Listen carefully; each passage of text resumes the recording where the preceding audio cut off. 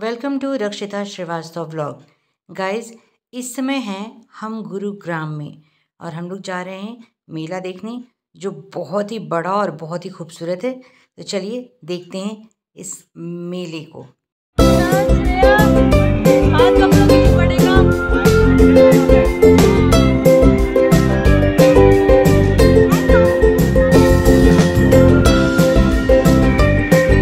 घर से काफ़ी दूर था, लगभग 25 किलोमीटर। तो हम आए, कुछ समय लगा हमें वहाँ पहुँचने में, लेकिन इतना खूबसूरत था वो, इतना खूबसूरत था। ये देखिए, स्टार्टिंग में ही बहुत विशाल बाज़, और आई थिंक ये मशीन वाला बाज़ था क्योंकि ये मूव कर रहा था। फिर इतनी खूबसूरत खूबसूरत डेकोरेशन, लाइटिंग, मतलब वहाँ पहुँचकर रास्ते की सारी थकान निकल गई, पता ही नहीं चला।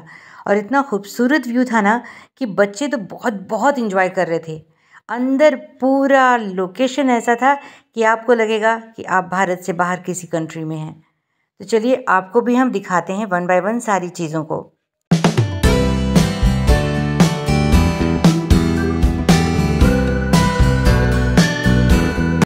अंदर टिकट लग रहा था, तो सबसे पहले हमने सभी के टिकट लिए। और जब हम अंदर पहुँचे तो ये खूबसूरत दीवारों पर पोस्टर्स लगे हुए थे, बहुत बड़े बड़े। तो हमने सोचा भी एक बार को कि इतने बड़े बड़े पोस्टर्स लगे हैं, अलग अलग वैरायटीज़ की फ़िशेस को दिखाया गया है। हमने कहा सिर्फ पोस्टर ही होगा, चलो चलते हैं। लेकिन आप जानकर हैरान रह जाएंगे, हम जब अंदर पहुँचे तो जो हमने नज़ारा देखा वो तो हम देखते ही रह गए। बच्चे बहुत एक्साइटेड, और हमने भी बहुत एक्साइटमेंट के साथ इन चीज़ों को एंजॉय किया। जगह जगह पर मछलियों की अलग अलग वैरायटियों को दिखाया गया था, पोस्टर में नहीं, रियल में। बहुत खूबसूरत व्यू था।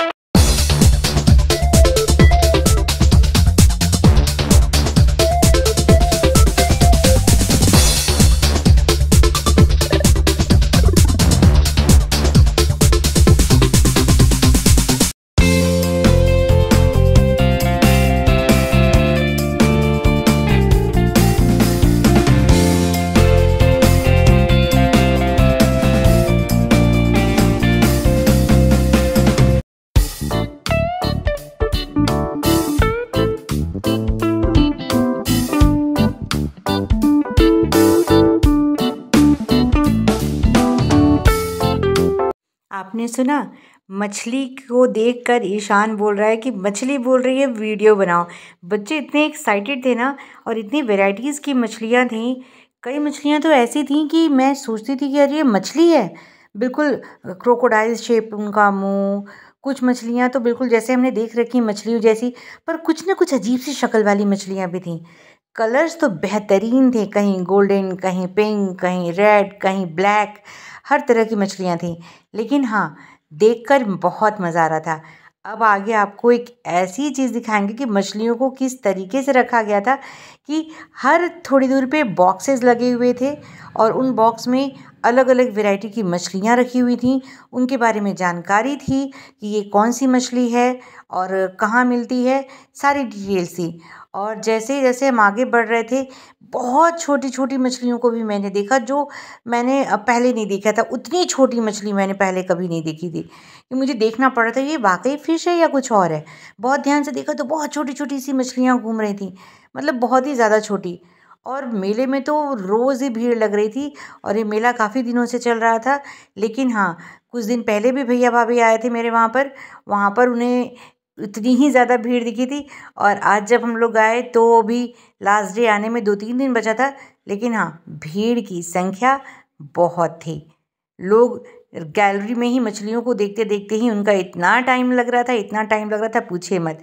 फिर आगे चलकर जो व्यू आया वो देखकर तो मैं बहुत ज़्यादा खुश हो गई, क्योंकि मछलियों को इस तरीके से रखा गया था कि हमें लग रहा था कि हम किसी ऐसे होल में हैं जिसके चारों तरफ मछलियाँ ही मछलियाँ और पानी के बीच में हम हों, ऐसी फीलिंग आ रही थी।